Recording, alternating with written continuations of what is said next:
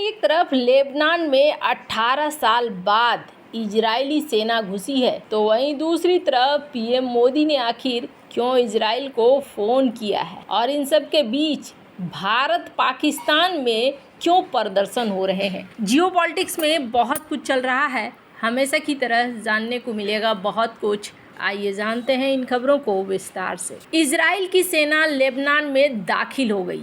Israel defence force ने मंगलवार सुबह ये जानकारी दी। आईडीएफ ने कहा कि सोमवार रात दक्षिणी लेबनान में हिजबुल्लाह के ठिकाने और बुनियादी ढांचे को खत्म करने के लिए सीमा से लगे गांवों में लिमिटेड ग्राउंड ऑपरेशन शुरू किया गया है। इजरायली सेना ने कहा है कि वे सीमा के नजदीकी गांवों को अपना निशाना बना रहे हैं, यहीं से हिजबुल्लाह इजराइल पर हमला करता है। आईडीएफ ने कहा कि इस हमले के लिए उनके सैनिकों ने हाल ही में ट्रेनिंग ली थी। आईडीएफ ने बताया कि ये हमले खुफिया जानकारी के आधार पर किए जा रहे हैं। इजरायली एयरफोर्स इसमें उनकी मदद कर रहे हैं। लेबनान में ग्राउंड ऑपरेशंस के लिए इजराइल को अमेरिका का साथ मिला है। अमेरिकी विदेश मंत्री लॉयड ऑस्टिन ने कहा है कि अगर ईरान इजराइल पर हमला करता है तो उसे गंभीर परिणाम भुगतने होंगे। कहा जा रहा है साल 2006 के बाद ये पहली बार है जब इजरायली सेना लेबनान में घुसी है। तब इजराइल और हिजबुल्लाह के बीच 33 दिनों तक जंग चली थी। इसमें 1100 से ज्यादा लेबनानी मारे गए थे। वहीं इजराइल के 165 लोगों की मौत हुई थी। वैसे आपको बता दूं, ये चौथी बार है जब लेबनान में इजरायली सेना घुसी है और दूसरे संघर्ष के बाद हिजबुल्लाह का जन्म हुआ था। 1978 में फिलिस्तीनी मुक्ति संगठन के मेंबर समुद्र के रास्ते लेबनान से इजराइल में घुस गए और एक बस को हाईजैक कर लिया। इसमें 34 इजरायली मारे गए थे। इसके जवाब में इजराइल ने पहली बार लेबनान के भीतर सेना भेजी थी। इजराइल ने लेबनान के दक्षिणी हिस्से पर कब्जा कर लिया था। तब लेबनान ने दावा किया था कि बस हाईजैकिंग में उसका हाथ नहीं है। इसके बाद संयुक्त राष्ट्र ने लेबनान में संयुक्त राष्ट्र अंतरिम बल का गठन किया। यूनिफिल का काम लेबनान इजराइल के संघर्ष को रोकने की कोशिश करना है। जुलाई 1981 में पीएलओ ने इजराइल में 270 से ज्यादा हमले किए, जिसमें 29 इजरायलियों की मौत हो गई, 300 से ज्यादा लोग घायल हो गए। इसके जवाब में जून 1982 में इजरायली सेना लेबनान में घुसी। इजराइल ने तब कहा था कि वह पीएलए को खत्म करने के लिए यह हमला कर रहे हैं। इजराइल ने साल 2000 तक लेबनान के दक्षिणी इलाके पर कब्जा बनाए रखा। कहा जाता है 18 साल तक चली इस जंग में कम से कम 17,000 लेबनानी लोगों की मौत हुई। इजराइल पर लेबनान में नरसंहार के आरोप भी लगे। 2006 इजराइल ने तीसरी बार लेबनान में घुसपैठ की। दरअसल हिजबुल्लाह ने 8 इजरायली सैनिकों की हत्या कर दी थी और 2 सैनिकों का अपहरण कर लिया था। इजराइल ने इसके जवाब में लेबनान पर जमीन से लेकर हवाई हमले शुरू कर दिए। यह जंग 34 दिन चली। इस हमले में 1100 से ज्यादा लेबनानी लोगों की मौत हो गई। इजराइल के मुताबिक उनके 49 नागरिक और 121 सैनिक मारे गए। संयुक्त राष्ट्र की मदद से जंग को रोका गया था। खैर, अब यहाँ अमेरिका ने क्या कहा है? अमेरिका ने ये कहा है कि देखिए जी, शांति के लिए इजराइल को अपनी रक्षा करने के लिए ये अधिकार है। मतलब अमेरिका कहीं ना कहीं यहाँ पर अपने हाथ से सारी चीजें झाड़ रहा है। वैसे आपको बता दूं, नसरल्लाह की मौत पर भारत पाकिस्तान में भी प्रदर्शन हुए हैं। लखनऊ में आधी रात 10,000 लोग सड़कों पर उतरे। हिजबुल्लाह चीफ की मौत के बाद पहली बार संगठन के डिप्टी चीफ नईम कासिम ने जनता को संबोधित किया।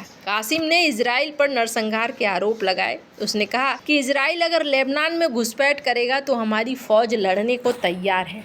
नसरल्लाह की मौत से हमारे प्लान में कोई बदलाव नहीं आया है। वहीं इजराइल के रक्षा मंत्री योआव गैलेंट ने सेना को तैयार रहने के लिए कहा है। टाइम्स ऑफ इजराइल के मुताबिक उन्होंने सैनिकों से कहा है कि हिजबुल्लाह के प्रमुख हसन नसरल्लाह का खात्मा एक महत्वपूर्ण कदम है। हमारे पास जो क्षमताएं हैं, हम आगे उनका पूरा इस्तेमाल करेंगे। दूसरी तरफ हिजबुल्लाह चीफ हसन नसरल्लाह की मौत के बाद पाकिस्तान और भारत समेत दुनिया भर में प्रदर्शन हो रहे हैं। लखनऊ में रविवार रात शिया समुदाय के 10,000 लोग सड़कों पर उतर आए। लोगों ने 1 किलोमीटर तक कैंडल मार्च निकाला। प्रदर्शन में महिलाएं और बच्चे भी शामिल थे। इजराइल के प्रधानमंत्री बेंजामिन नेतन्याहू के पोस्टर जलाए, नारेबाजी की, मजलिस पढ़कर नसरल्लाह की मौत का मातम मनाया। शिया समुदाय ने 3 दिन तक शोक मनाने का ऐलान किया है। भारत में सुल्तानपुर और लखनऊ के अलावा रायपुर और कश्मीर में भी प्रदर्शन देखने को मिले। वैसे आपको बता दूं, ये जो तस्वीरें देख रहे हैं, ये तस्वीरें इन प्रदर्शनों की है जो निकल कर नजर आ रही है। तो यहाँ दुनिया भर में इस चीज को लेकर प्रदर्शन हो रहा है और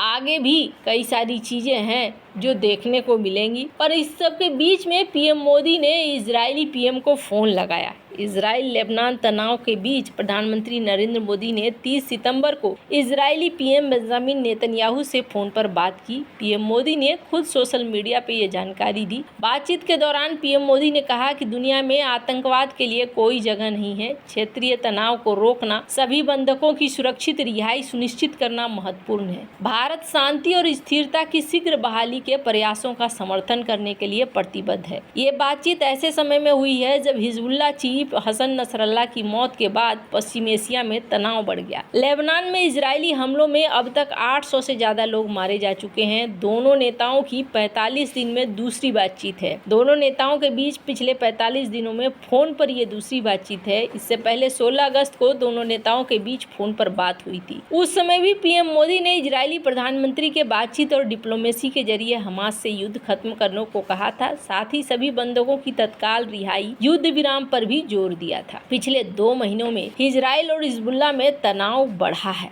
खैर, जहां कहा जा रहा है कि पूरा का पूरा लीडरशिप ही खत्म हो गया है। अब ये किस तरीके से आगे चलाएंगे ये देखने वाली बात होगी। अगर बात करें उनके लीडरशिप की तो ये जो ट्री देख रहे हैं ये हसन नसरल्लाह, फुआद शुकर, इब्राहिम अकील, अली काकरी, वसीम अल तलीब, तालिब सलीम अब्दुल्लाह, मोहम्मद नासिर, ये लोग हैं जो यहाँ पर समाप्त हो चुके हैं। खैर, अब जहाँ एक तरफ ये सारा सीन चल रहा है वहीं एक बड़ी मजेदार घटना हुई है और ये घटना ईरान में हुई है। इसको आप ऐसे समझिए, मोसाद को खत्म करने के लिए ईरान में एक टीम बनाई गई। इजराइल की खुफिया एजेंसी मोसाद को लेकर आपने कई कहानियां सुनी होंगी, लेकिन ईरान के पूर्व राष्ट्रपति महमूद अहमदी नेजाद ने एक हैरान करने वाला किस्सा सुनाया।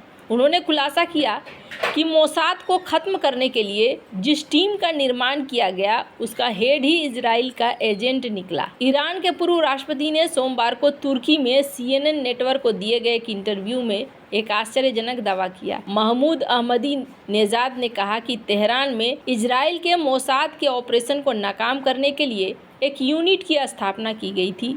बाद में उन्हें यह पता चला कि इस टीम का नेतृत्व करने वाला शख्स मोसाद का एजेंट था। लेबनान और गाजा में ईरानी प्रॉक्सी पर कई हफ्तों से इजराइल बेखौफ हमला कर रहा है। हिजबुल्लाह, हमास, हूतियों को लेकर उसने काफी नुकसान पहुंचाया है और इसमें मोसाद ने बहुत ही ज्यादा साफ किया है चीज़ों को। स्क्रीन पर आप इस ट्वीट को देख सकते हैं जिस पे इस बात को कहा जा रहा है कि अब आप जरा सोचिए कि किस हद तक मोसाद यहाँ पर फैला हुआ है। तो मैंने आपको पहले भी बताया है, ईरान में मोसाद के फैलने के पीछे सबसे बड़ा रिश्ता है गुरु और चेला का रिश्ता। वहाँ मोसाद के इतने चेले पड़े हैं कि किसी को भी उठाओ तो वो मोसाद का कहीं ना कहीं से कुछ न कुछ कनेक्शन जरूर निकल जाएगा। वैसे आपको क्या लगता है इन सब मामले में? आपकी क्या राय है? कमेंट कर जरूर बताएं। जल्द मिलते हैं अगले वीडियो में नई खबर के साथ।